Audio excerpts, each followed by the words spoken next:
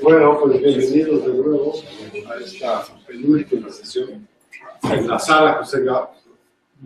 Eso fue bueno. Bueno. Thank you, Pedro. Okay, so I can't really see the screen, so let me know if something is not displaying properly. Okay, so here's the general topic, that conscious perception is not constitutively related to cognition, representation, or attention. The first four have all been about cognition, the joint in nature between perception, conscious perception, especially, and cognition. Today, number 5, which I can see, is going to be about attention. And I'll be talking about some work that may be familiar to you because it's by Marzo, who is a graduate of this university. Okay, so I'll get right into it. Okay, so, and I'm also, sorry, I meant to, can you hear me in the back? Yeah. What? Yes. More, can you? Here, I'll just hold on to this. That's probably easier. Okay. I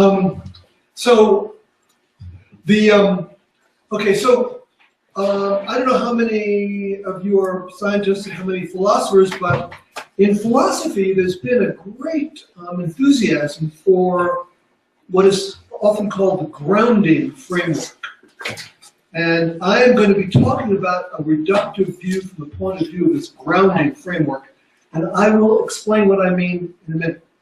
Okay, so as before, I'm assuming the Bergian picture of what the difference is between perception and basic perceptual judgment. I've gone over this a number of times.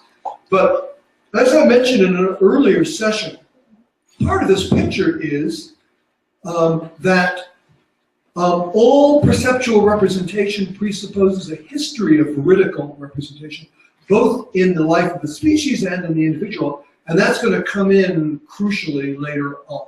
Not that all your perceptions have to be veridical, but there has to be a history of them in order to explain why they have the content they do. Okay, so here's the idea of the view I'm going to be talking about. If somebody has a phenomenal experience as of the redness of the, is that an apple? I guess it's an apple. Tomato. Tomato, okay. That has to be in virtue of the content of his representation of it. So, for example, the minimal shade of that apple may be red 23. So the phenomenology of perception has to be grounded in that representational content. And similarly, for relational properties, like two people having identical experiences of red 23, that has to be grounded in equivalent representations. Now, if they're as in this picture, if the representations are the same, they're going to be equivalent. But more generally, there might be equivalence classes of representations. That is, there might be representational differences that don't make a phenomenal difference. And mostly, what I'm going to say isn't going to really depend on that idea. Similarly, differences in phenomenology have to be grounded in commensurate representational differences. And I'll say in a minute what I mean by commensurate. So here are the 3 properties. Really, the first one is the key one, and the others are special cases. Phenomenal properties are instantiated in virtue of the instantiation of representational properties. And of course, relational properties like identity and difference are examples of phenomenal properties. So that's why the first one is basic. Now, there are 3 basic ideas that have been put forward, usually in discussions of physicalistic reduction. If you're a physicalist and you think that the mind reduces to the brain, there are a number of different ideas for how to cash that idea out. A very famous one, introduced by the Australian philosopher J.J.C. Smart in the late 1950s, or actually introduced by another Australian, U.T. Place, is the identity idea. In the case of mind-body relations, the mind just is the brain. But in particular, for phenomenology, and I'm talking about representation rather than physicalism, what it is for an experience to have a certain phenomenology just is for it to have a certain representational content. Now, a problem with the identity view that, it's always been in the back of my mind as a difficulty with it is that identity is symmetric. If X is identical to Y, then of course Y is identical to X. But, if you think that that phenomenology is, reducible to representation, if the real basic thing going on is representation, you shouldn't want a symmetrical relation to capture this reductive view. So I think that the fact that identity is symmetric is a big problem for the identity framework in thinking about a reductive view of phenomenology. Now, a common view that is supposed to be better than a supervenience, so then identity is supervenience. So the idea of supervenience is, in the case of supervenience of phenomenology on representation, is no difference in phenomenology without a difference in representational content. Okay, but this has the opposite problem. It's true it's not symmetric, but it's non-symmetric, and I can explain. So consider the introduction of supervenience by G.E. Moore. He pointed out that the moral facts supervene on the non-moral facts. That is, if there is a moral difference between two situations, there has to be a non-moral difference. A moral difference without any other difference would be hard to understand. But not conversely, because the difference between this object being here and this object being here is a non-moral difference, but it doesn't make a moral difference. So you can't reverse the relation for morality. But then there are some other supervenience relations that are reversible, like every property supervenes on itself. So that's why supervenience is non-symmetric.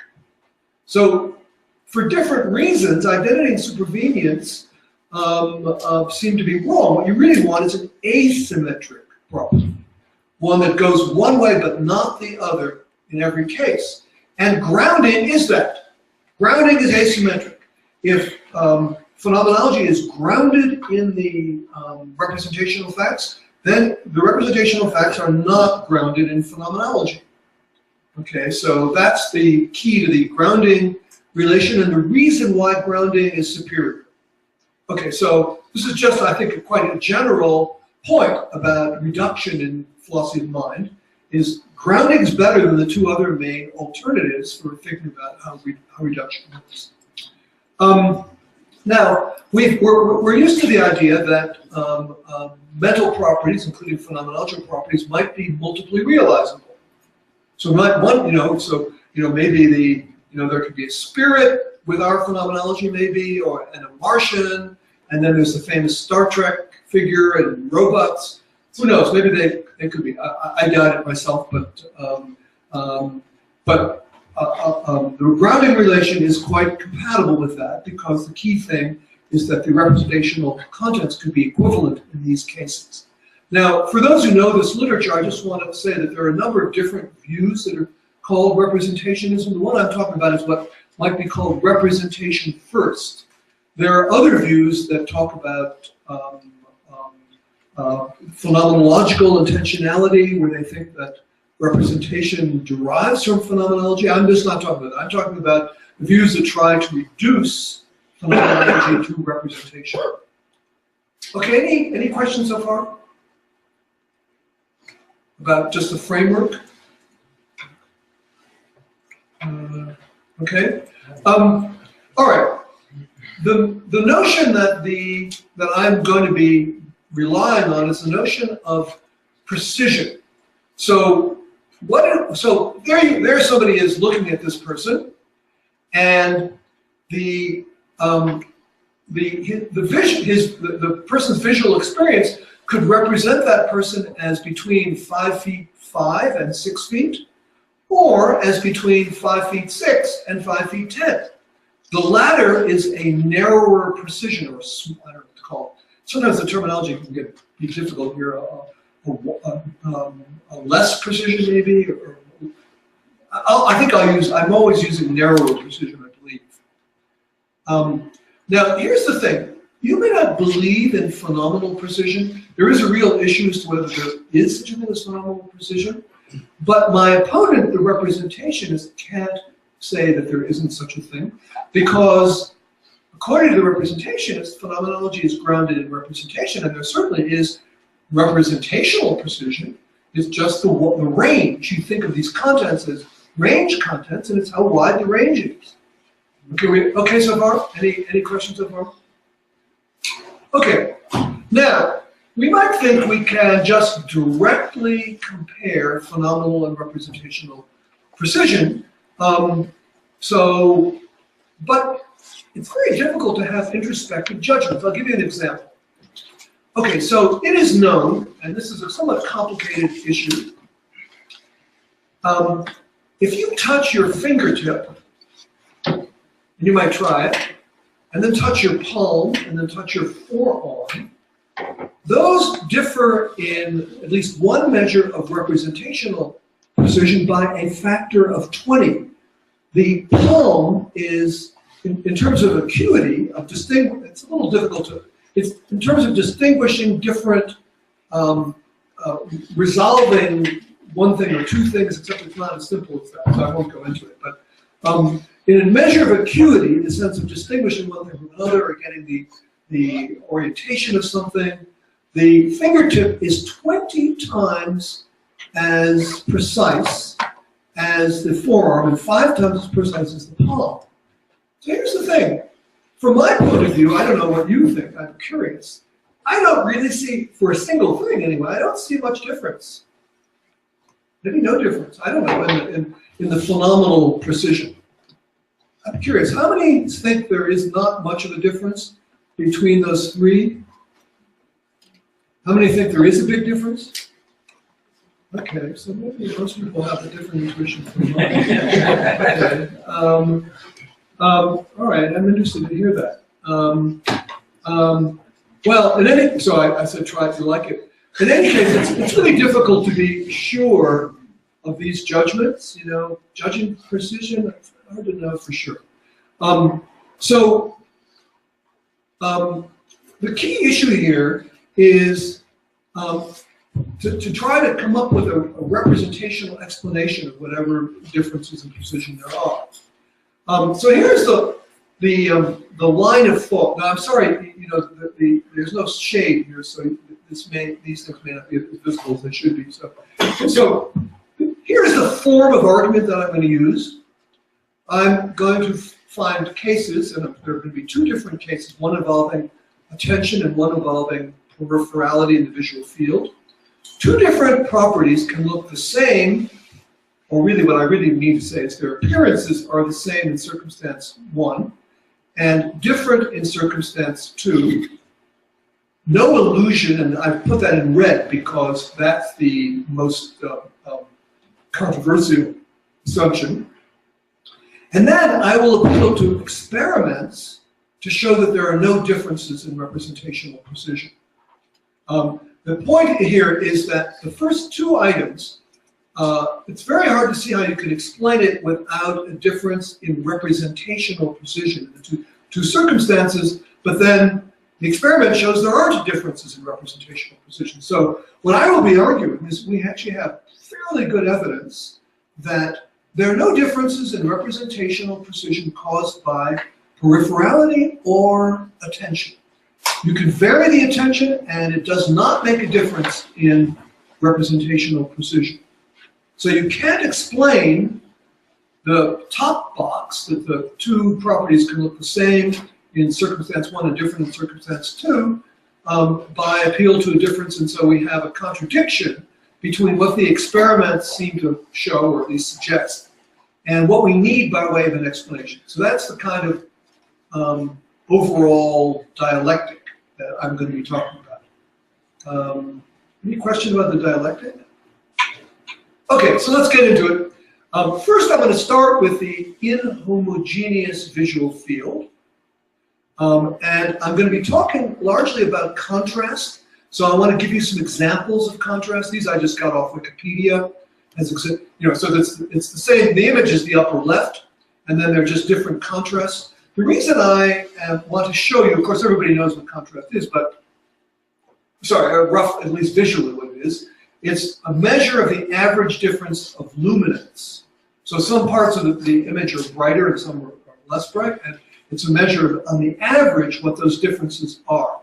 Now, the reason I'm showing you this picture is that I'm going to be using these stimuli that are used in psychophysics. They're called Gabor patches, and they're very fuzzy. I just want to make it clear that contrast has meaning even when the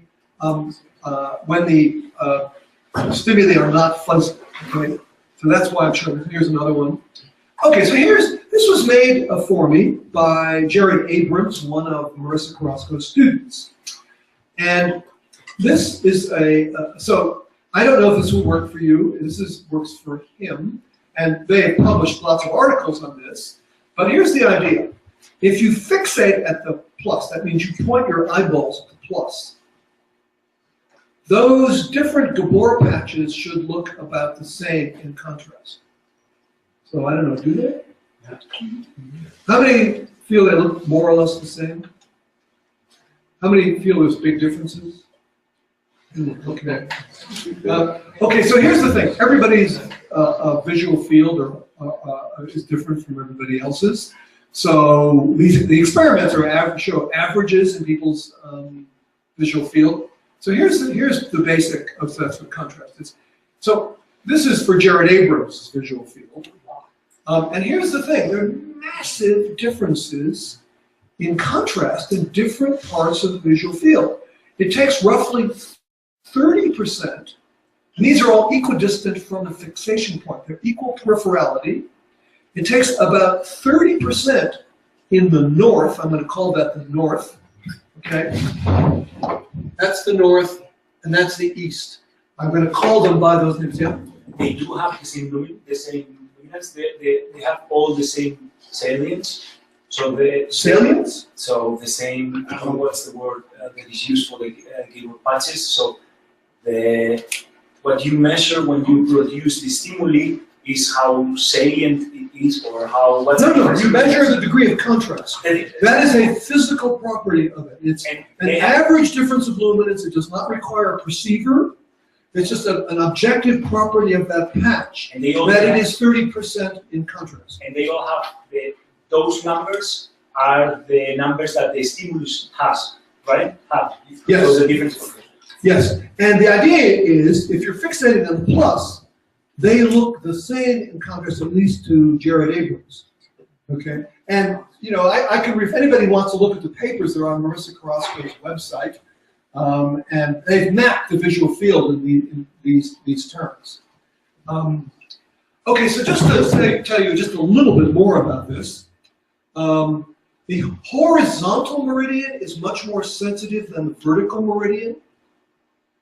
And the lower visual field is 65% more sensitive than the upper visual field. And you know what Marissa argues in some of her papers is you can explain this evolutionarily. The idea is we are built to to expend our visual resources on things that are in the ground plane rather than the sky. You know, it's useful to see the sky clearly. There might be some nasty bird or airplane up there or whatever. But mainly we're concerned with the lower visual field, and so it's more contrast sensitive. And Carrasco's lab has shown similar properties for sensitivity to gap size, spatial frequency, which is a measure of how much the properties change with space, motion, texture segmentation, letter recognition, and orientation discrimination. So they've shown this for a lot of other properties, and they tend to be pretty similar. I don't know of any properties that have been shown to differ in this that have not been shown to differ with attention as well. So there's a lot of overlap between the effects of attention and the effects of peripherality. Everybody knows the word peripheral versus foveal. The fovea is the if you're looking straight at your thumb, it is the area of your retina that covers the thumb plus a little bit more. So if you're fixating on something, we describe it as foveal, and if your things that you're seeing that you're not fixating are peripheral, seen peripherally. And I should say, one thing that you have to recognize is that most vision is not foveal. If you're looking at me, well, it depends on how close you are, most of what you're seeing isn't in your fovea. You know, if you're standing and talking to somebody, most of them, you know, maybe very far away on the size of your thumb, but for a lot of vision anyway, you're seeing things peripherally. Okay, so north and east have the same contrast when fixating the plus, and now there's a little gap in reasoning here. What the evidence really shows is that they don't look different, and there are circumstances where there is a difference between not looking different and looking the same, but I'm not going to get into that. I'm just going to assume that they look the same in contrast. So here's the basic argument. North and east look the same in peripheral vision, but different in foveal vision. Yet, according to me, these percepts are veridical, and I'm going to say more about that later. That is the more controversial premise in reasoning. And just by way of a little bit of justification for it, no one would say that there are similar differences just from occasion to occasion. If you see my hand now, then you blink and you see it again, there are going to be just random differences that are like the differences in space. Temporal differences that are like the differences in space. And nobody wants to say that, well, let's see, on even numbered minutes, it's vertical and otherwise peripheral, or there's just no way of distinguishing one from another in terms of verticality. But I will say more about that. So here's the question: how can veridical differences between foveal and peripheral contrast perception be explained if phenomenology is grounded in representational content? Well, they would be explained if peripheral representation of contrast is less precise than foveal representation of contrast, or the reverse, but that's not very plausible. But the evidence, not very strong evidence, but the evidence is that it isn't. That peripheral representation isn't less precise than foveal representation. That is, so long as you can see the thing, right? So things in the periphery are often, your vision in the periphery is much less. Your acuity is lower in the sense of being able to distinguish one from two or distinguish orientation. But the question is, if you can see the thing, is its representation different in precision? And the evidence suggests it isn't. Okay, so, all right, so here's a kind of graphical, my attempt to explain this graphically. When you see north and east in foveal vision, you look at each fixating them. Suppose you have like a plus or minus 1%. You see the 30% thing is 29 to 31% in precision, and you see the 10% thing is 9 to 11%. Well, we could explain how they look different in foveal vision and the same in peripheral vision if peripheral vision has a precision of 10 to 30%. So we can explain the fact that they look the same one way but not the other by this difference in precision, but there's evidence that there isn't a difference in precision. Okay? So that's the general form of the argument. Here's another way of thinking about it, is something I call the phenomenal precision principle. If appearance 1 and appearance 2 of two items are the same in peripheral vision, and the same items appear determinately different in foveal vision, then the phenomenal precision of foveal vision is narrower or smaller range than that of peripheral vision. So now let me move to attention. Okay, so that was peripherality, now attention. Okay, William James said, to some extent, the relative intensity of two sensations may be changed with a change in attention. And then he said very nicely, the subject is one which would well repay exact experiment if methods could be devised. And then Mercer-Carrasco devised the methods. And I will just introduce it with something other than contrast, just on the grounds that we're sort of having too much contrast here. Okay, so let's see if I can see this well enough. So you have a fixation point, and then you're supposed to stay glued to the fixation point. And then there can be a dot, which is on one side, or at the fixation point, or on the other side. Okay, so the dots can appear. The subject is told to ignore the dots. But you can't ignore the dots because so-called exogenous attention, that is bottom-up attention, automatically is pulled to where you see something appear. Okay? Everybody get that? Then there's another fixation point, and then there are two, they're called Landau squares, squares with a gap, and the subject is asked to decide which of those squares looks biggest, and then whichever square looks biggest, the gap could be on the top or the bottom, then the subject is supposed to press, say the left one looks biggest, then he's supposed to press here for the left one for the gap on the top and here for the gap on the bottom. Does everybody get the idea of the experiment? If you have a question about the idea of the experiment, please ask it now because I'm going to be mentioning other experiments that have the same idea. Yeah? So it's the size of the square or the size of the gap? The gap. This is for perception of gap size. And so what you can do is you can look at people's judgments and make and decide how much in gap size attention is worth. And what she finds is that an attended, these are gaps are measured in degree of visual angle, not centimeters or inches or whatever, because that is a measure that is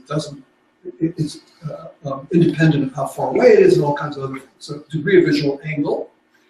The attended 20 gap is treated as the same as an unattended 23 degree gap. So attention is worth, at least at this range, 3 degrees of gap size. Is the subject fixed on the center all the time? Yes, all the time, yeah. And she has 2 methods. In some experiments, they use an eye tracker, but you don't really need an eye tracker for this because everything happens so quickly that there's no time to move your eyes. Some people have worried about what are called microsaccades, small eye movements, but I don't think that's so. So, in any case, what she wants to know about is the appearance of the size. The instructions are about top and bottom, but it's the appearance of the size that is really what's at issue here. Now, here's the similar experiment for contrast. Contrast is a very basic visual property, and it was the first one she did in 2004. Oh, actually, I've got the wrong reference. It's Carrasco, Ling, and somebody else. Nature Neuroscience 2004. Anyway, it doesn't matter. Okay, so it's exactly the same, only your instructions are to judge which of those is higher in contrast, and you're shown, so for every dimension, perceptual dimension that she uses, she shows the subjects examples of that dimension. So she shows the subject of a case of a higher contrast, of a lower contrast, and still lower contrast, and she says that's contrast, okay? And now you're supposed to judge which of those 2 patches is the higher on contrast, and then judge its orientation. You're going to get the idea of this one? Or it can be lower in contrast. You get the same result if it's lower in contrast. So, and here is the, ooh, is that not working? Oh no, what is the matter here?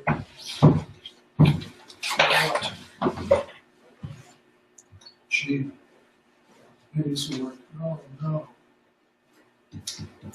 Not displaying for some reason. Well, this one's displayed. Okay. All right. So this is a data slide. So the idea is this. If you're fixating here and attending to this one looks the same as this one, which is much less attended, of course, because you're attending here. If you are fixating here and attending to this one looks the same in contrast as this one. So using this, you can see that attention is worth roughly 6 points of contrast here and somewhat smaller here and there. I don't know if you can really even see some of these. Okay. Everybody get the idea of the data? I had a better presentation of it, but it's not displayed. I don't know why. But everybody get any question about what this graph means? It's a way of displaying data that no question about it? Yeah, I mean, What? it's a basic question. Like, when you say that you're fixating in the point Yeah. and attending Yeah. the stimuli, Yeah. I mean, it seems that if I fixate on the point, I am attending. You can, interestingly, you can move your attention. Let's see if I have an example of how you can do that. Just see.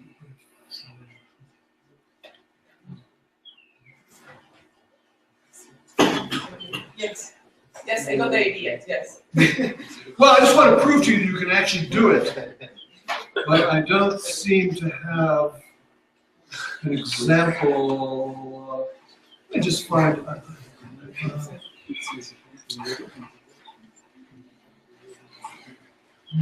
Well, okay. Look, it'll take me too long to find it. But you know, in the paper that I wrote in this, I actually got the subject. I got the readers to train up their ability to do this by looking at a display where it's easier to do.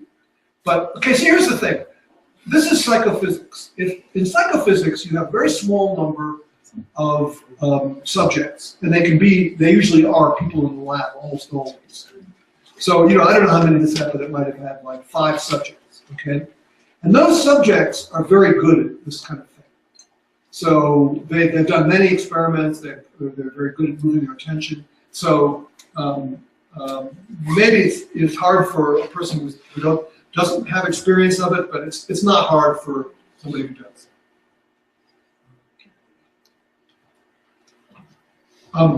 Okay, so anyway, attention is worth a certain number of points of contrast. Now, here's the question. This is the key kind of philosophical issue here. So here's the question. Does attention magnify illusorily for informational purposes, like a magnifying glass? Or are the unattended items seen illusorily? That is, so if you have to say if you're going to say there's an illusion, you have to pick attention or inattention. I mean, one degree of attention would be very bizarre and unmotivated. And here's the problem. The basic problem is there's no way to decide this question. There's no really good reason. Attention improves your acuity, but there's no reason to say that the attended items are more veridical than the unattended items, according to me. Maybe both are a little bit illusory, but that runs into the problem that I mentioned at the beginning, that all perceptual representation presupposes a history of veridical representation. If almost all perception is illusory, maybe all perception is illusory, then that can't be right. So I conclude that both unattended and attended vision in normal circumstances is veridical. Now, this is the key move, so I'm sure there's going to be some disagreement about this, and you know, let's argue about it. But, just to get your ideas clear, let me mention some of what has happened in the literature. So, Marissa Carrasco published this in 2004 in Nature Neuroscience, one of the best journals for this kind of thing. Now, in psychology, those philosophers may not know this. But there is this interesting thing, which is in psychology and neuroscience, if somebody knows about a really cool result, they write a little kind of news piece about it. In the journal Trends in Cognitive Sciences, it used to be called an update, now it's called a spotlight. And this guy, Stefan Troya, wrote a spotlight that appeared around the same time as Marissa's article about Marissa's article. And here's what he said, part of what he said. He said, in summary, this study, that is the Carrasco study, provides convincing support for an attentional enhancement of stimulus appearance. It completes a triangle of converging evidence from electrophysiology, sticking needles in the brains of monkeys, etc., functional brain imaging, that is, people in the scanner, and now psychophysical findings, which argues that attention not only enhances the processing of attended sensory information, but manipulates its very appearance. Attention turns out to be another tool at the visual system's disposal to provide an organism with an optimized representation of the sensory input that emphasizes relevant details, even at the expense of the faithful representation of the sensory input. So he's on the magnifying glass side of things. He thinks attention engenders illusion. So for those of you who you thought that was the obvious veridical perception, people feel differently about this, and so I think the only reasonable position is that neither engenders illusion. So anyway, that's a premise in the argument. So here's the situation, and let's ask how we can explain it. It's explained if the precision of unattended vision is wider than that of attended vision. The problem is, as I will argue, unattended vision is exactly as precise as attended vision. There are no significant differences. Of course, you could argue that attended vision is less precise, but it's the same problem. Okay, so here's the phenomenal precision principle applied to this. If appearances of two items are the same, with one distribution of attention and different with a different distribution of attention, then the explanation should be found in a difference of precision between the degrees of attention. This is assuming verticality. And a plausible hypothesis is unattended perception is less precise than attended perception. Except that it isn't.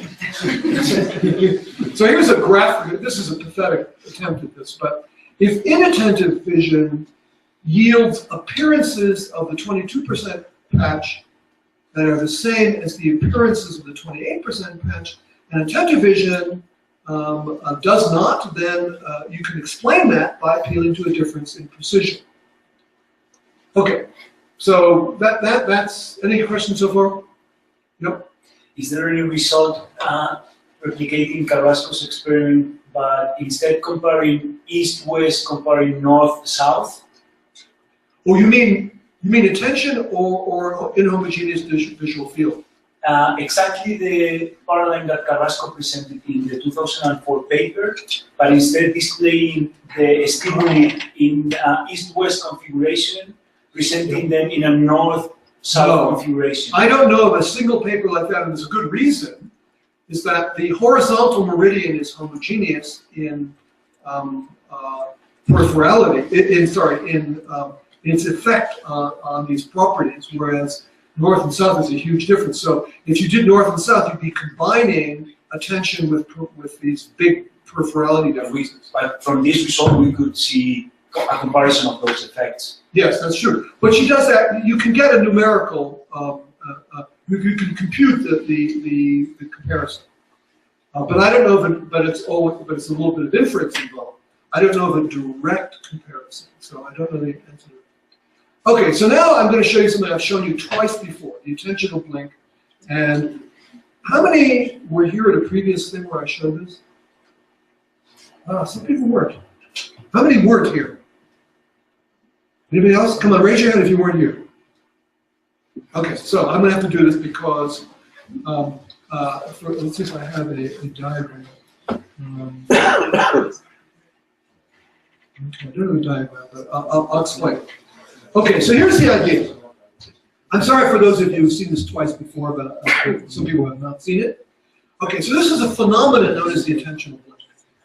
So you have a series of presentations, and you have two targets. So the two targets might be, look for green words, okay?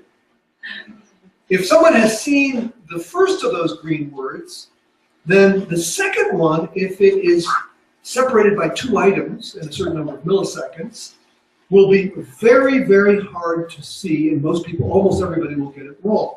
And the reason is that once you've seen the first one, the second one processing is deprived of attention. And I'm sorry for those of you who've seen this twice before, but especially those of you who have not seen this, pay attention. Look for green words. Everybody ready? Look for green words. This should, oh, actually probably won't work for people who've seen it before. So, okay, there we go. So those who have not seen it before, how many of you saw 2 green words? What was the first? Just those of you. What was the first green word? Throw. Throw, okay. Those of you who saw throw, the others, if you didn't see throw, don't answer this. Those of you who saw throw, what was the second? Come on. What do you think it was? Mention. You got 1 mention. Anybody? Anything else? How many saw mention? 1 person saw mention. Anybody see it? 2 people saw mention. 3 people mention. Anything else? Anybody see another thing? Well, okay. About as many saw. Okay, so it was mentioned. The result is supposed to be, if you are in the right conditions, that if you see the first, you won't see the second. Okay, now here's the experiment. This is a seriously cool experiment. Well, let's see. Can you see my little pointer here? Yeah. Oh, good. That's the way I can do this. Okay, so you have a fixation point. The targets are squares. The distractors, the things that aren't the targets, are circles. Okay, so you see some number of circles, 7, 9, or 13 circles. Then comes the T1 is either a black or a white square. Then comes some number of circles, and then comes T2, which is another colored square, in this case a red. Then some more circles, and then they ask for the color of the second item, and the way you show the color is by moving the cursor on a color wheel. So it's a way of getting your precision, okay? It's a continuous measure with lots of different shades. So it's a continuous measure of your perception of target 2, okay? What about target 1? Oh, sorry. Then they tell you that target 2, they really want you to get it right, so they're telling you when you're not doing well enough, you know, so they give you feedback. Then they ask you about the first one. It's always black or white. If you got the first one wrong, they throw out your data on the second, because the attentional blink depends on seeing the first one. Okay? Now, here is a graphical representation of the result. Is that explained? Yes. Yes, good. Okay, so this is percent correct along this axis, and this is how many circles are in between the squares. Lag 2, if they're a certain distance apart, is always the worst. This is almost a chance. 0.5 is chance. And lag 8 is really people do a lot better than chance if it's lag 8. Okay, so that's the probability of actually seeing a thing. If you saw T1, probability of seeing T2 if you saw T1. Here is the precision.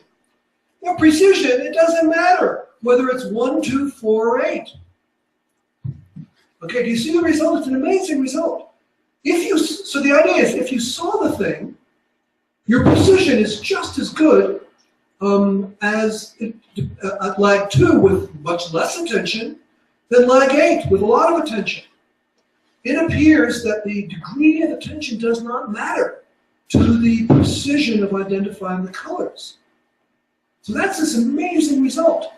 Now the results for peripherality aren't as good, but it's a pretty cool result. And there's quite a few other papers using different methodologies that I won't go into that are much more complex.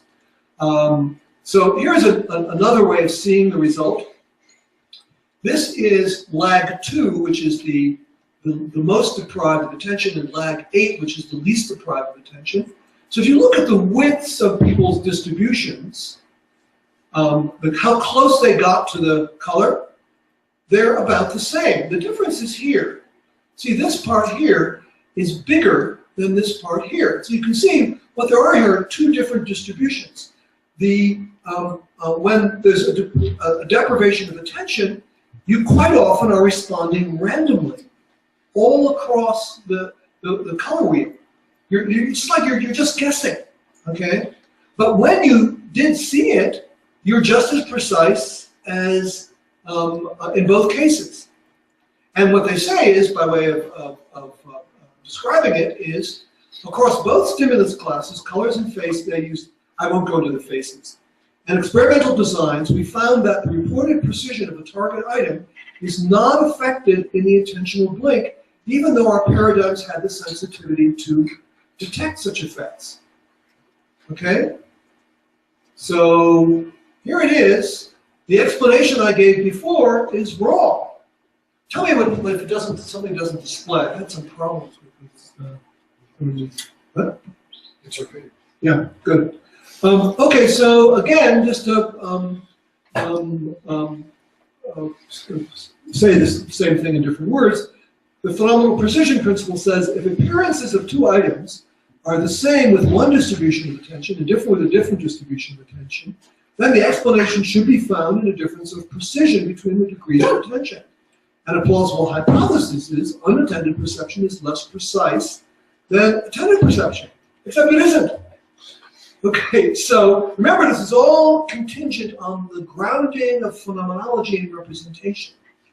And so my conclusion is phenomenology is not grounded in representation. So this is an anti-representationist diatribe. Now, here is something that we might expect. I've mentioned this fact a number of times. I don't remember if I've shown this particular graph. So what about help from action? So this is not contrast, but it's something else. This would be relevant to the gap size version. Okay, so this is Mel Goodale's lab at the University of Western Ontario. So this is perceptually guided action and perceptual judgment. So perceptually guided action, see those wires on the thumb and forefinger? They're measuring grip size and grip. They are measuring grip variability as well as grip accuracy. And perceptual judgment is when you say how big is it, and you ask the person to hold up their hand and make tell you how big it is by moving their thumb. It seems like the same thing, right? But no, it isn't. Here's Goodale's graph of this. So here's the amazing thing. I don't know if you can see my cursor here, but this is retinal eccentricity, 5 degrees, which is very close to the fovea, 70 degrees, which is far away, and similar thing here. This is mean value of the mean variability, sorry, of the grip aperture. So this is a measure of precision, it's variability. Okay, precision, this is, these are all uncertainties of the data, but, this is not, I'm pretty sure this is not significantly different from a flat line, okay? It's pretty uniform across 5 degrees to 70 degrees. In fact, variability is a little higher at 5 degrees than at 70 degrees, but not significantly so. Here is the measure of variability of judgment, size judgment. Radical increase in the periphery. People are much worse at judging than they are at gripping, okay? Even though it's pretty much the same movement. And I've explained this before, but I'll say again, the reason is these are done by different visual systems. Judgment is your conscious visual system. Gripping is done by your dorsal unconscious system. Again, I've said this repeatedly, but I'm going to say it again. If you hold your hand at 70 degrees from your fixation point, try it. You can barely see your damn hand consciously, but you are seeing it in terms of grip, and you're as accurate as here. So, all right. So that's the. So, any question about this? Okay. So what I'm going to do now, that's really the basic line of thought for both attention and peripherality. But what I have not done is shown you the peripherality experiments that are the analog of the ones I just showed you for attention. Now, I don't know. Okay, I guess I better show you those experiments. They're let's see. They're not as convincing, but they're in the same direction. So let's see. here's how it works. You have these Gabor patches, and the subject's task is to say there are two different questions. One about is whether the central patch is to the right or the left of the others, and they appear at different degrees of peripherality. And the other is whether the central patch is greater or lower in contrast than the others. And here's the results. This is the results for location, the left-right. This is one observer. Left-right, and this is contrast. Contrast is pretty flat across degrees of eccentricity. Now you can see that this is a very big Gabor patch with very big distances between. It's 1.3 degrees per something. I'm not sure what the measure is, probably degrees per centimeter or something. I can't quite see it. So the idea is that peripheral grids, you might not have the acuity to see them, but this goes from 0 to 20 degrees. This one goes from 0 to 8 degrees, and this is from 0 to 1.9 degrees. So they did it at many different scales. And as far as I can tell, this is an old result, but as far as I can tell, it's pretty widely accepted. I looked at a criticism of it by these two guys, and although they criticize the model, they say their results show that position discrimination is selectively degraded in the periphery, while contrast discrimination is not affected. So they seem to accept the result, the basic result. Now, here's the reason I don't like this result. I'm not as happy with this result as I am with the other one. Okay, so if there's a standard distinction made between accuracy and precision. So this is low accuracy, low precision. This is, well, let's look at, here's low accuracy, high precision. So the person is aiming well, but aiming at the wrong place, or something like that. So a lot of hits, not at the target, but they're all clustered together. This is high accuracy, high precision. This is high accuracy, low precision. Okay, so the result is about discrimination, and that can be due to inaccuracy rather than precision. So I'd like to get more data on this, but here's the reason why I take it to be precision, is it has to do with their model. So here's what they say. They model it in terms of what they call uncertainty. They say, we show that for normal periphery, elevated spatial uncertainty is not associated with elevated levels of contrast uncertainty. So they have a model that compares locational uncertainty with contrast uncertainty. They say a change in positional error of a factor of 14 from the fovea to the periphery has an associated contrast error that does not significantly decrease over the same range of eccentricities. Now, you may want to know why the uncertainty is representational rather than just phenomenal, and the answer is the anatomical asymmetries that underlie these inhomogeneities have nothing to do with consciousness. They're anatomical features of the visual system that, at least that's what people think it is. So they really ought to, I don't know if anybody's done this with an unconscious vision, but it ought to be the same in unconscious vision as in conscious vision. Now, okay, so the rest of this talk is going over this reasoning in excruciating detail. But I think maybe it's better just to have a discussion of it. Any point of view here? What? Continue? Yeah. Okay, you want excruciating detail? I have a very long paper that's on my website that is about this, but okay, here's the excruciating detail. So here, North and East have the same contrast phenomenologies, as I said, I told you the evidence. Grounding of the mental in some property G requires a mental similarity holds in virtue of an equivalence of that in that property. So the first premise is if representation is true, then these have the same representational content because they have the same phenomenal character. Then comes the second premise, the more controversial one, that north and east are both veridical. And I explained why, so I won't go into that. Okay, so then the precision of north and east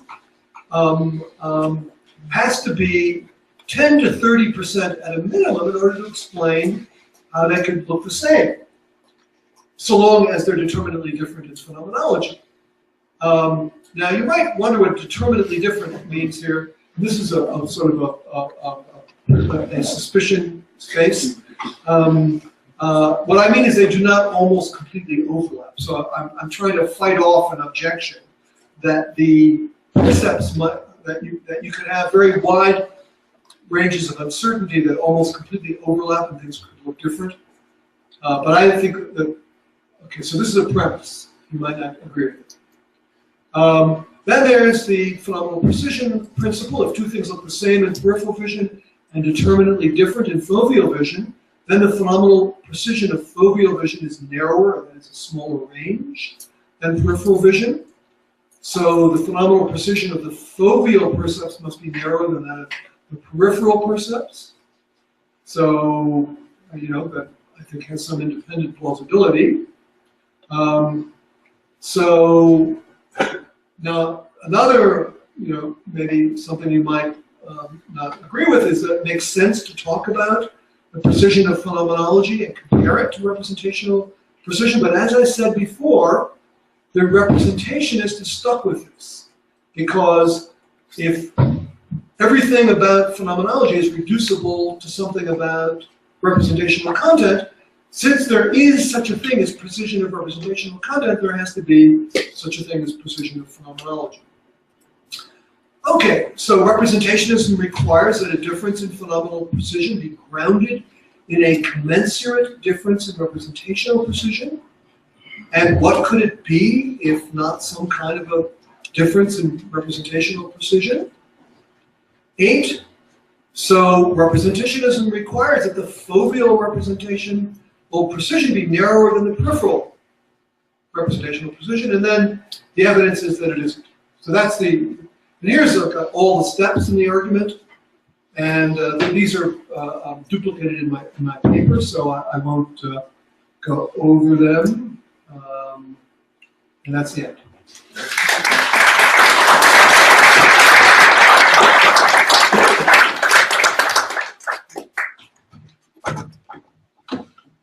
Oh, questions?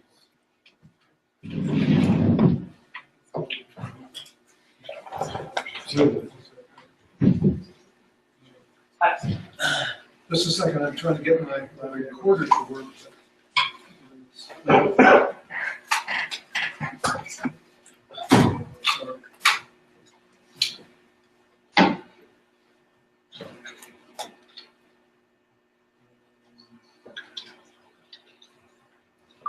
Okay, good.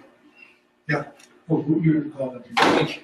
I have one clarificatory question and one objection. So the clarificatory question is about verticality. So in perception, both north and south gate patches look the same, but this is wrong. This is inaccurate because they are not the same. And I would like to tell me something about Yeah. Okay, so I tried to be careful with this, but let me say what I mean. Okay? The comparative percept is non-veridical. But what about the percepts of each one separately? So the percept of north, taken by itself, is that veridical or not? I say it's veridical. The perception, the percept of south, taken by itself, it's veridical too. Now those different appearances are the same in apparent contrast. And so that's what I mean. I'm not talking about the comparative percept. The same with the Carrasco attention stuff. So I'm talking about the appearance of each one, and I tried to phrase it in the slides so that it came out like that. I don't always succeed. I look back at the written paper and I see I didn't always succeed in that. That's helpful. Thank you very much. And now here is the objection. Okay. I have the impression that the conclusion does not follow from the evidence. So the explanation for the Carrasco experiments, so one possible explanation, as you know, not that one that I favor, but anyway, a possible explanation of the result is say that there is a difference in precision. And then you were appealing, so in order to show that this is not the case, if I follow your line of reasoning, you appeal to the evidence on attentional blink. That's great. Now, when we consider precision, I think that we should consider precision regarding a certain property. Okay? So, I agree with that, yeah. Precision of contrast. Yeah. But the evidence that you were showing, Carrasco, is using contrast, and the evidence that you presented was precision of hue. And as you perfectly know, there is no change. So Carrasco lab has shown that there is no attentional difference in perception of hue. Now you say that you have there are also further evidence showing that with faces, but what I think that what you would need is an attentional blink effect on precision of a property that is involved in the Carrasco experiments. Yeah, fair enough. Okay, so this I go into this in great detail, this issue in great detail in the written paper which is on my website. What's the name of it? It's has the word precision in it. It's a published paper. It's it's a very long published paper, and there's a critique by Sasha Benjamin Fink, and my reply to him should be on the website too. But that you may have to go to the website for the people who published it. Okay, so I have a somewhat complicated answer, but let me just reiterate what Seba said. So what Carrasco finds is that her attentional effects work for parameters that have a 0 point and an indefinite, or maybe not indefinite, but continue, that have a degree of more, put it like that. They do not work for what you might think of as circular parameters like hue, where you don't get more by changing the hue, you just get different hue, and then it circles back on itself. Okay, so this has been, these experiments have been done, including by Carrasco's lab, on a number of different circular type properties. One is angle of an arrow, but that again, it circles back onto itself. Now, the reason that most of the experimental work has been done on those circular properties is because it's easier to do it. You can just get the responses like the ones that I mentioned, where people give a response, and you can just see how the responses cluster. But they've also been done on properties that don't circle back on themselves, but have a 0 point at an indefinite extent. And the results, although more equivocal, come out the same on a number of different properties. And in my paper, I refer to the literature. It's more methodologically difficult to do those experiments because of the difficulty in comparing one difference with another difference at different levels of the parameter. So it's a lot, it takes much more kind of inference. There's much more inference in saying what the precision is. But a number of people have tried it and they seem to get the same results. And my conclusion, if there's a review paper, which I believe I referenced by Sam Ling, one of Carrasco's colleagues, and he says, as far as he can tell, reading all the literature, it's a review paper, he looks at everything, this precision result applies to both kinds of variables. But thank you for bringing that up. A lot of problems with trying to do philosophy where there's an experimental aspect to it, especially heavy experimental, especially when it's in this case of this paper, it's the Deus ex machina brought in to solve the problem or to make the point, is that often the experimental results are very complicated and there's a lot of different balls in the air, and this is one. I'm not, I guess maybe in my slides I'm too kind of I don't know what the right word for it is, dogmatic. But I guess what I really want to say, if I'm being careful, and I hope I said that in the written paper, is that the evidence supports, maybe not overwhelmingly supports, but it supports the idea that there is no difference of precision introduced by attention or peripherality. So it supports that, but it's far from a done deal type, overwhelming kind of case. Thank you.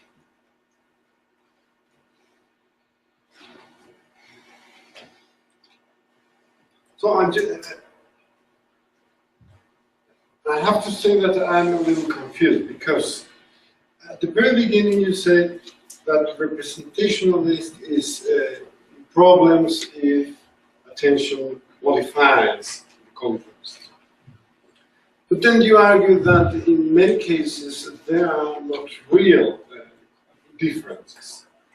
So I thought you will conclude that representational is right, because there is not a real difference between attended and unattended. But yeah, for me it's a surprise that your conclusion says that representational is not right. Okay, so let me try to... So can you help me a little? Yes, I will help you in just a second. Let me get to the data slide.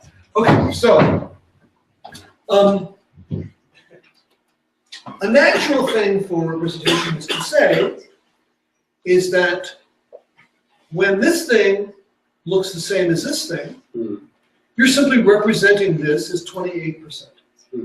So it looks the same as this because you're representing this as 28%, and you're representing this as 28%, and so they look the same. That's a natural thing to say. But that can't be right if both percepts are veridical. The problem is, if you're fixating here and attending here, what are you actually representing? You're representing it as 22% or 20%? Which of those? So if this looks the same as that, which one is veridical?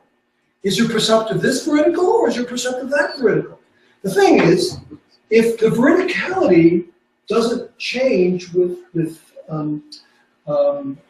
attention, sorry, let me put it like this. If veridicality does change with attention, you've got to say what the representational content of the intended one and the unattended one. And there really is no alternative to saying that in the unattended case, I represent it the way it is. I represent it as 28%, and it is 28%.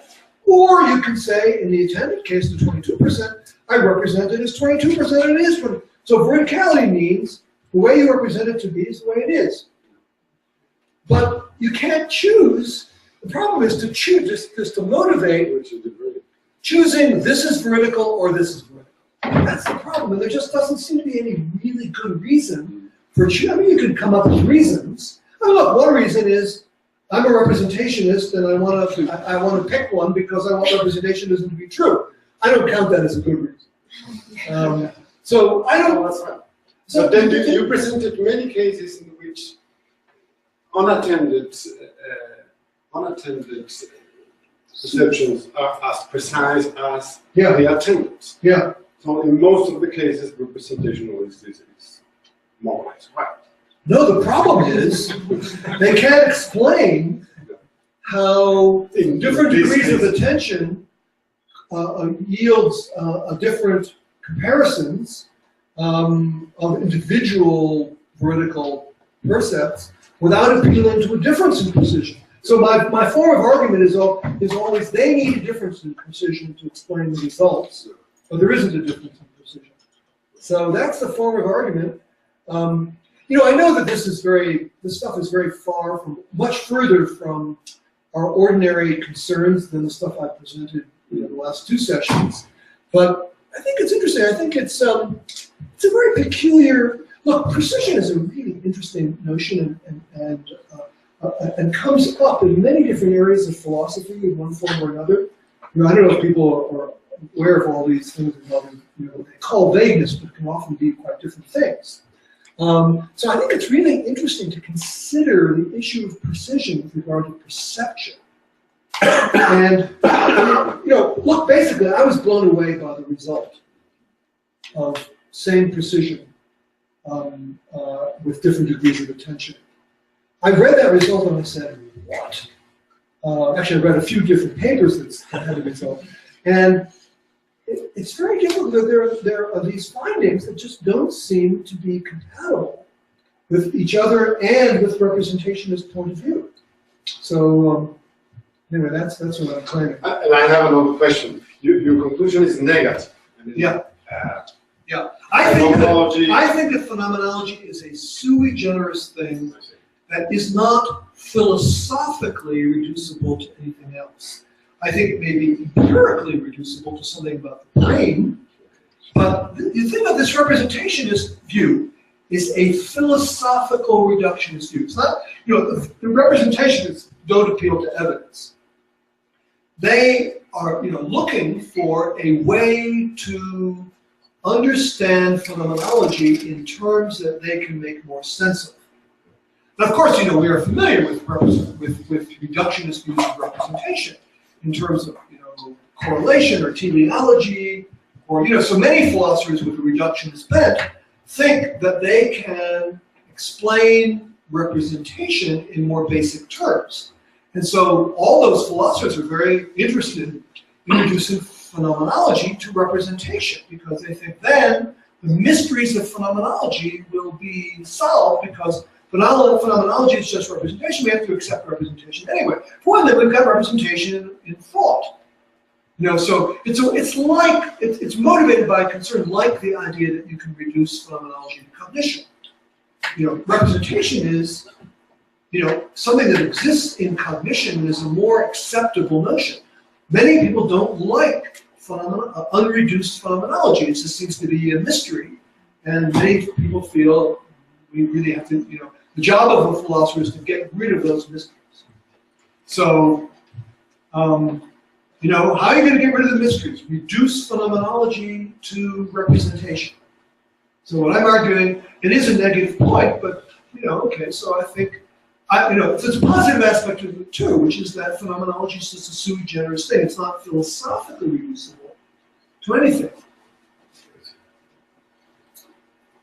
Now, I'm not sure how to put this question, but it seems to me that your argument can be viewed in the following way. It's like, look, there is a difference here between A and B, but this is a difference that the representationalist cannot take. So let's get rid of representationalism. And for some reason, that just sounds like the same kind of dialectic between descriptivists and referentialists with names of Fregeans and anti-Fregeans. Look, there is a difference and you cannot account for it. And then comes the Fregean. Yes, I can. I just have to take what you just mentioned and put it inside my function, and that's it. So I'm wondering, why can't the representationalist do the same thing? So you think there is a difference, you account for it in terms of narrow precision, and then you claim that they cannot appeal to narrow precision because it's not vertical. There's not a vertical difference there. But there is a difference. So here comes the neo-representationalist. Let's get into the representation more stuff than just what matters veridically. Let's get fine-grained differences that won't make a difference in veridicality. And there you go, representationalism again. Okay, so yes, I think that's a really interesting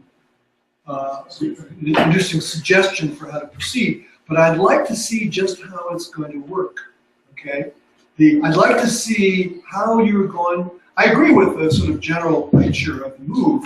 Is to just include more in representation. Now, the most obvious to me way to do that is to just import phenomenology into representation.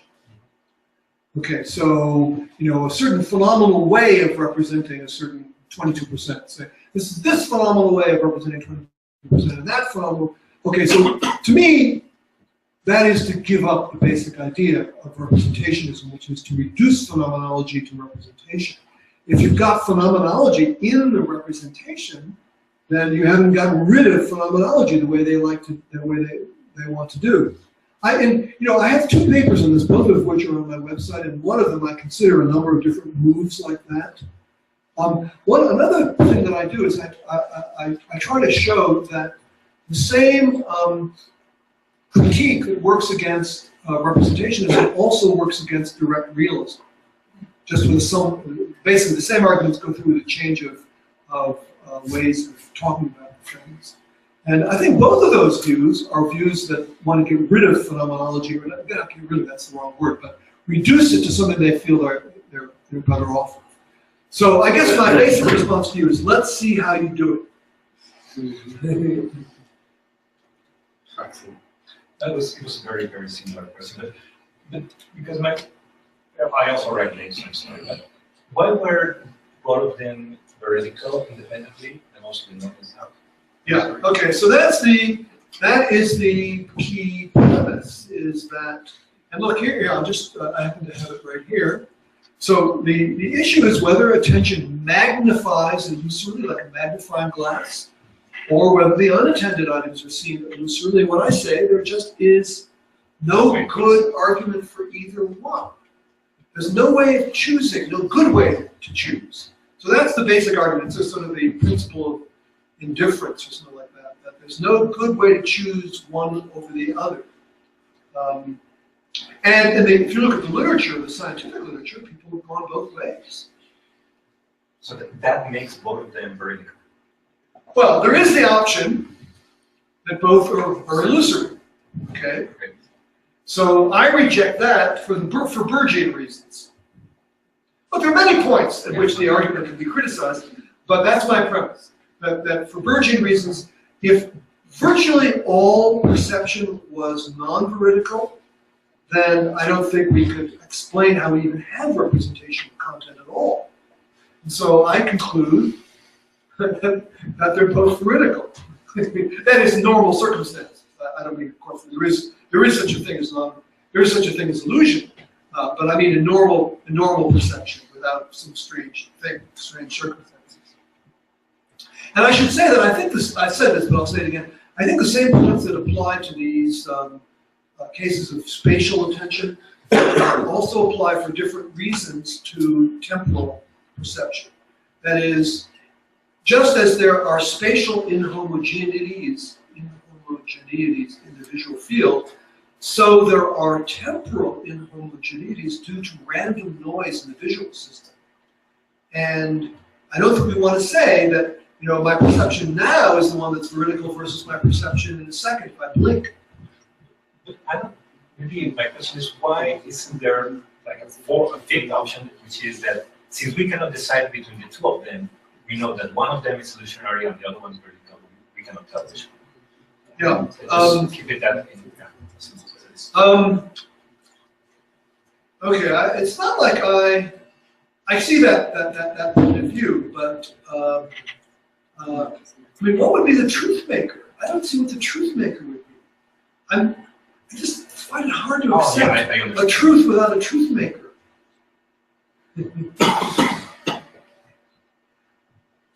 Yeah, so I wonder what we could think about yet another alternative. That would be to say something like, what these experiments show is that our notion of veridical representation is too sloppy to be of any use here. Because, you know, if you say our representation is veridical, if you know, you're seeing things as they are, that has illusion of being a very precise definition, but I honestly don't know exactly what that means. So yeah, so let me say two things. One thing is a more dialectical thing to say, that the representationist cannot make that move, because the representationist wants to say that phenomenology just comes down to representation, and if the notion of representation is like, you know, something's really seriously wrong with it, then I don't think that the representationist will be able to accept that. The second thing is, I think we need representation, perceptual representation, to do the science of perception. You know, and the science of perception deals all the time with perceptual representation. The explanations of how various phenomena work always appeal to perceptual representation. So I don't think the science of perception can do it without perceptual representation either. So I didn't mean to suggest that there was something seriously wrong with the notion of representation. It's just that it feels that we're jumping at a debate with this notion of veridical representation, and it hasn't been clearly defined exactly what it is. So Well, I think I have clearly defined it.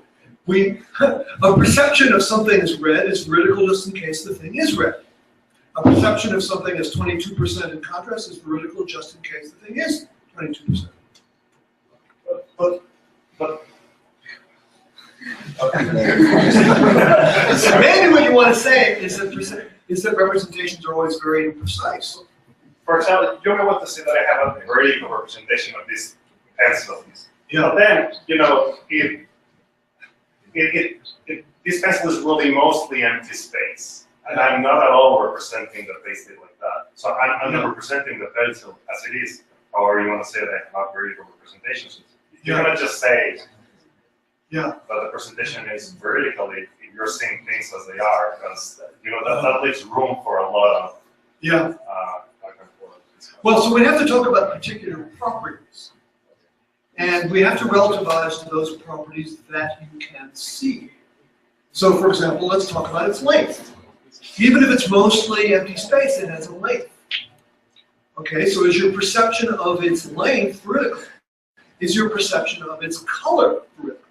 So for properties you can see, we have a notion of vertical representation. Now, it's true that there are many things we can't see. That's, you know, vision, including attended and unattended vision, differs in acuity, and we don't have the acuity to see all that empty space.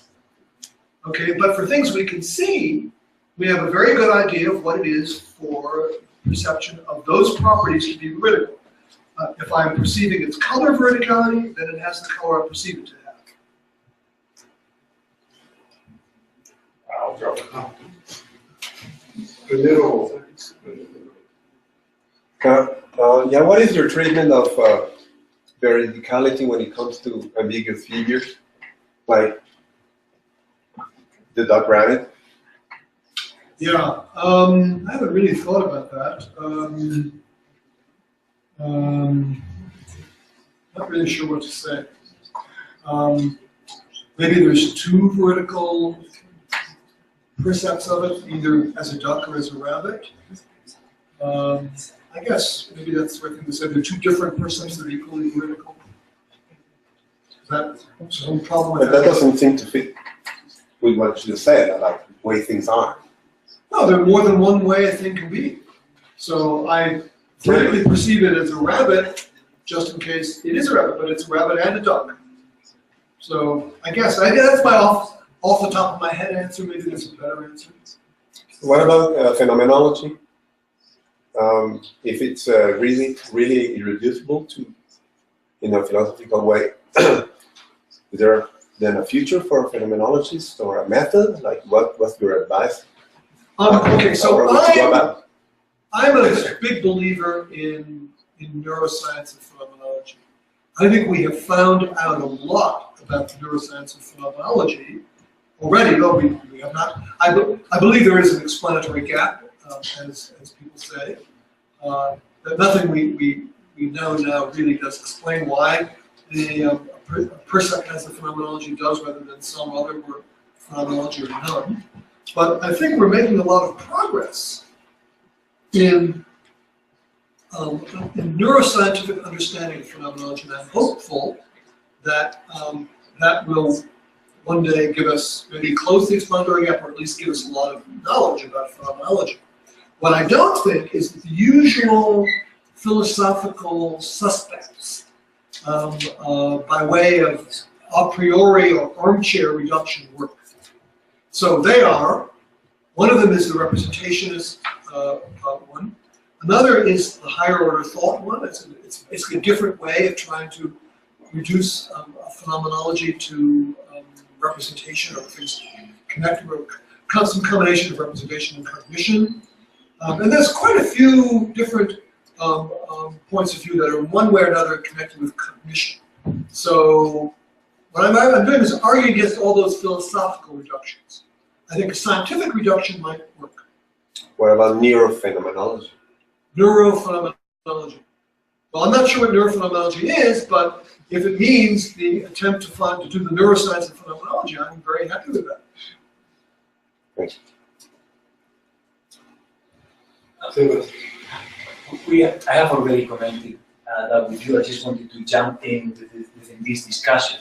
Okay. So one problem. You mean the discussion with Ricardo? With Edu and Ricardo about the content. So you're right that many people take the content of color perception to be colors.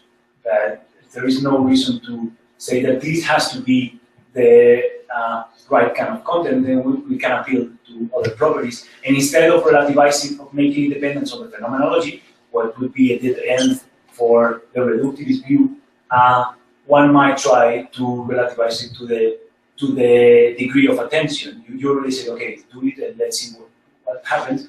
But one reason to think that something like that might be going on is that if you consider that given a certain degree of attention, there is a certain brain response which is correct and one that is not correct, that sounds to me like a fair notion of content. And that's one direction. Of course, okay, well, okay, so I'm going to say what I said when we talked about this, is I think what you'd have to do, I mean, maybe that could work, but you'd have to find equivalence classes, not just degree of attention, because there are similar effects due to peripherality. So you'd have to find equivalence classes of degrees of peripherality and degrees of attention, and then it would make sense to ask the question, why is this degree of attention, why is relativizing to this degree of attention the same as this degree of peripherality? And the natural answer is because they're phenomenally the same. So it's not clear to me that you could really justify that relativization without bringing in phenomenology. But anyway, I think it's worth pursuing. This debate reminds me a lot of a similar debate that was happening a few years ago in philosophy of science regarding scientific representation. And I think they arrived to a similar conclusion of yours, because they were looking for a way to understand why scientific representation that distort the phenomena are still veridical in a certain sense. And I think this is Could you tell me what you mean by scientific representation? That's a good question. Just scientific models, theories, diagrams, whatever you want to use, the way scientists represent their theories. And there's a lot of evidence that the models distort their target. And there was also debate about whether that makes them illusory or whether it makes them veridical. And so there was an attempt to say, well, no, actually, I think the idea that think that veridicality is just as simple as just saying a representation is veridical if how we represent the world is just how the world is, which is something like what you're saying. We must understand veridicality in the sense of how well we can recover information about the world from the representation, and the idea is that even if there is distortion, since this distortion can be taken into account in the way you process information, then that does not make it non-veridical, right? Because I mean, you make the adjustment so that you still get the information. And I was thinking whether one can agree with this point and then try to make that point about veridicality of perception and say like, well, it's not because I think that would maybe reply to what. No, it sounds like you're agreeing with what they were saying. Next, no, but I want to agree with what Ricardo was saying and say that what Ricardo was saying can be in agreement with what you say, so that you reject this idea of just a simple representationalism and still keep the idea that both of them are veridical. But only by, so the question is only by this relativization move of bringing some of the circumstances into the representation. No, but why would it be? Well, that seemed to be what you were talking about in the case of the models. It's the way that they represent. Bringing the way they represent into the representation itself. Isn't that what you were suggesting? Oh, okay, I see. So you're saying that that would make it relativist, right? No, the problem I've seen is that when you bring in irreducible ways, that sounds like phenomenal ways. I mean, after all, what is phenomenology? It's the way you perceive. You can perceive the same thing in different phenomenal ways, and it begins to sound like unreduced phenomenology. You know, here's a contrast between so-called Russellian representation and Fregean representation. So what's the difference? So Russellian representation is just a representation of the external property. In fact, people often identify them with the external properties themselves, or an ordered pair of the external object and the property. That's under discussion. Fregean representation has these ways, modes of presentation. But many people have pointed out that Fregean representation, if you take the ways to be just phenomenological, to be defined by phenomenology, is it involves unreduced phenomenology.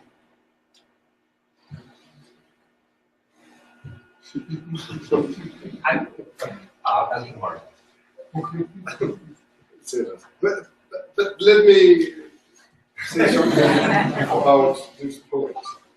Because representationalists can say, look, phenomenology is grounded in the content. The content need not be true. It's just that what we feel it as a property of some object. Yeah. And I agree with what you said about Frege. I mean, that's he's not even using multi-presentation. Yeah. But perhaps the project of representationalism is to ground how we feel in properties of represented objects, right, independently whether they are true or veridical or not. I agree. Okay, the problem, I agree. And so far, I agree. The problem comes in when you ask about veridicality. Because the veridicality determines what the content is. What is the content? What do we mean when we talk about content? The term simply means a set of accuracy or truth conditions. That's what content is. What is the content of the claim that Obama is president? Well, The content is the conditions under which Obama is president. It's the truth conditions. Well, in the case of position, but you can talk about the content of a dream. You cannot say that is veridical. Well, yes. I mean, I may have dreamed that I flew to the moon, and that is veridical just in case I did fly to the moon.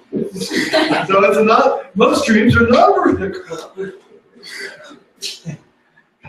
So here's the basic idea. I agree with what you say about the idea of representationism. The problem comes in when you say, well, we have to have some notion of veridicality because veridicality is behind the notion of content. Without, we need accuracy conditions. Or, for the case of propositions, I agree it's truth. In the case of perception, it's accuracy. That F is true, is accurate just in case that has F. So we need accuracy conditions to know what the representational content is, and then you get into the soup that I'm talking about. I agree about the motivation. The motivation is, the way it seems to us, the phenomenology of perception is the way we are representing it to be. But what's that content? What's that representational content? Then as soon as you get accuracy conditions, you're in the soup. So this is a clarificatory question. So can you please help me to understand a little bit better the evidence that you were presenting in favor of the hypothesis that the position in focal and periphery is the same? Because I guess I couldn't follow, because it seems to me that the evidence that you were showing were evident from information that is processing the dorsal pathways, this zombie. So even if I have understood properly, I missed something, this would show that the precision is the same in the information that is encoded in the dorsal pathway, but we are here in terms of consciousness, and this information probably is not conscious. Okay, so both of the experiments I mentioned. I missed something. So So the grip experiment is about that's about dorsal processing. I agree with that. But the contrast experiment, those subjects are saying whether the middle item is greater or lower in contrast than the flankers, and that's a conscious judgment. And the subjects who are doing the colors, they're trying to point, the color they saw, that's conscious judgment too. The dorsal system is colorblind. Help me please with your slides. So I might have missed in the reconstruction of the argument something. So the precision that they made is in this experiment, right? So in this experiment there is no peripheral or focal vision. It's only attention or blinking. Yeah, this is attention. So this is just conscious. The subject is consciously trying to pinpoint the color. So I want evidence in favor of the claim that there is the same precision in focal and peripheral. Okay, let me go to that. So here, what the subjects are doing is let me see.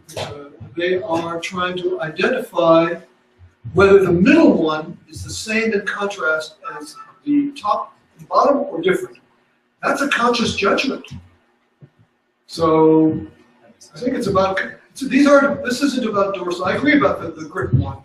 But you know, I have a justification for bringing in the unconscious thing in the grip case, which is I'm fighting off the enactments, right? So I'm responding to I'm responding to an objection. You're talking about, the objection is in the mouth of my opponent. The objection is, you are talking about perception from the point of view of judgments. But judgments isn't the main thing. You have to look at action. So a lot of people think, conscious phenomenology is all about action. And I'm saying, well, okay, you may say that, but if you bring in action, look what happens. You get basically the same story.